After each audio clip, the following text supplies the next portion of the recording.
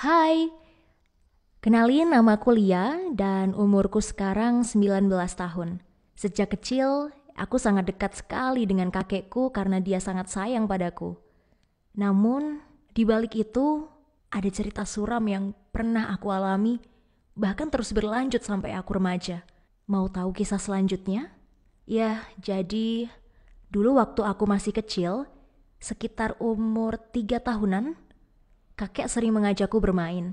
Bahkan kakekku sering memelukku waktu kecil. Tapi 2 tahun kemudian, aku merasa aneh karena kakek sering menyentuhku dari dalam bajuku hingga turun ke celana. Aku tidak tahu waktu itu apa yang dilakukan kakekku. Ya, sebagai anak kecil aku hanya menganggapnya hal yang biasa. Hari demi hari aku merasa aneh. Setiap ada pertemuan keluarga, pasti aku bertemu kakekku. Dan kakekku akan melakukan hal yang sama. Bahkan, dia sering berbisik di telingaku dan bilang, "Tidak usah bilang siapa-siapa ya nak," begitu. Setiap bulan, keluargaku selalu mengadakan pertemuan dengan keluarga besar di rumah kakek. Jadi ya kalian tahulah, kakekku akan memperlakukanku seperti apa.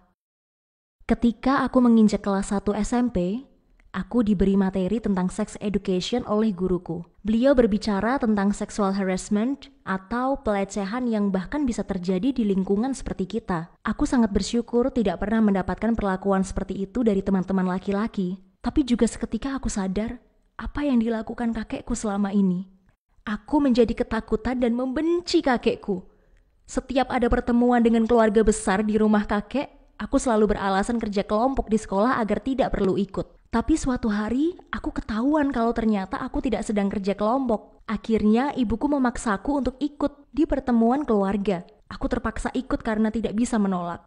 Saat aku berkumpul dengan keluarga besar, awalnya baik-baik saja, karena aku menikmati makan malam bersama mereka. Tapi, saat aku akan mencuci piring ke belakang, kakek memanggilku dan kalian pasti sudah bisa menebak lah apa yang akan terjadi. Kakekku memelukku dari belakang, bahkan menyentuh dadaku. Aku panik dan langsung lari mendorong kakekku ke belakang sambil menangis. Kakekku terjatuh, tapi aku tidak peduli. Aku bahkan memecahkan piring yang hendak aku cuci karena aku lempar saat aku lari. Aku sembunyi di belakang rumah dan ibuku mengetahuinya. Ibuku bertanya, "Ada apa kamu kok menangis di sini?" Aku tidak bisa merangkai kata-kata lagi. Aku tidak kuat untuk bicara. Dan ibuku tetap tidak paham kenapa aku menangis. Ibu meninggalkanku sendirian. Setelah pulang dari rumah kakek, akhirnya aku baru berani bilang ke ibuku apa yang terjadi sebenarnya. Ibuku marah dan murka sekali dengan kakekku. Namun, hari demi hari, ibuku seperti diam saja tidak ada tindakan untuk kakekku.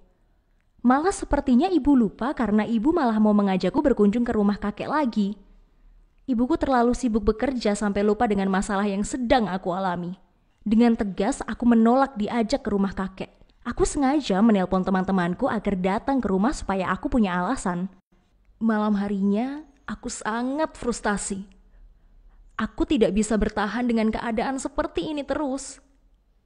Aku kehilangan akal sehatku. Sampai aku melukai diriku sendiri dengan sayatan-sayatan kecil di tangan kanan dan kiriku. Ketika aku di sekolah, teman-temanku curiga. Karena aku memakai seragam serba tertutup dan tidak mau melepas jaketku. Padahal aku berusaha menutupi luka yang ada di tanganku ini. Tapi teman-temanku tetap saja penasaran. Sampai ada salah satu temanku yang berani membuka lengan jaketku. Lalu aku menangis dan cerita kepada mereka kalau aku baru saja menyayat tanganku sendiri. Akhirnya mereka membawaku pergi ke psikiater. Aku berobat ke psikiater dan menceritakan semua masalahku. Aku divonis mengalami depresi berat. Psikiater itu kemudian menelpon ibuku dan menyuruh ibuku datang ke tempatnya.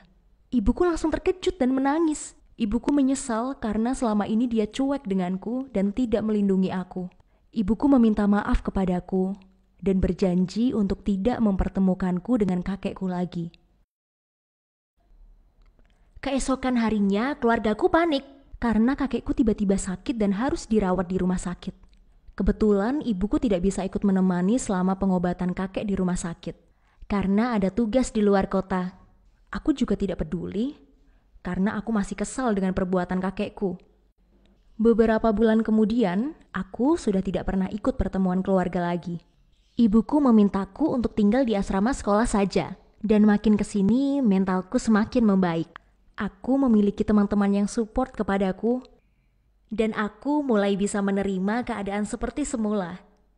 Setiap seminggu sekali, ibuku mengunjungiku dan membawakanku hadiah. Aku senang sekali. Akhirnya, aku bisa sembuh dari trauma ini. Itulah cerita pengalamanku dulu ketika masih kecil. Bagaimana tanggapan teman-teman? Apakah kalian setuju kalau sex education itu harus diajarkan sejak kecil, bahkan oleh orang tua kita sendiri? Yuk, share pendapat kamu di kolom komentar ya. Oh iya, jangan lupa like dan subscribe channel kita ya. Thanks for watching.